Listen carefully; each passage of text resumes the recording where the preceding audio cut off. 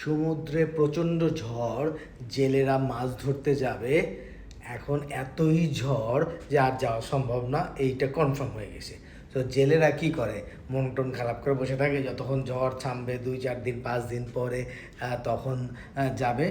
জেলেরা তা করে না। জেলেরা যেটা করে সেটা হচ্ছে ওই অবসর সময়টা বা ওই সময়টাকে ওরা ব্যবহার করে জাল বোনাতে, জালের ফাঁকাগুলোতে কোথায় আছে একটু সেলাই করি, এই রকম বিভিন্ন রকমের প্রস্তুতি নেয় যে যখন ঝড় টড় থামবে তখন জানি তারা আবার পুরো উদ্যমে চলে যেতে পারে গভীর সমুদ্রে।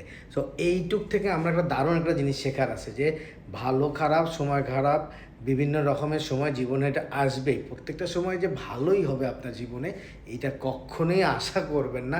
খারাপ সময় থাকবে, কিন্তু খারাপ সময় মন আফসোস করার কিছু নাই, করে বসে থাকলে তো হবে না। এবং সেই খারাপ সময়টা আপনার প্রস্তুতি নিতে হবে, চিন্তা করতে হবে যে সময়টা ঘুরে যখন ভালো সময় আসবে তখন কিভাবে এক লাফে আপনি দ্বিগুণ গতিতে দ্বিগুণ দূরে আগায় যেতে পারেন। সো ওই সময়টা প্রস্তুতি নিন।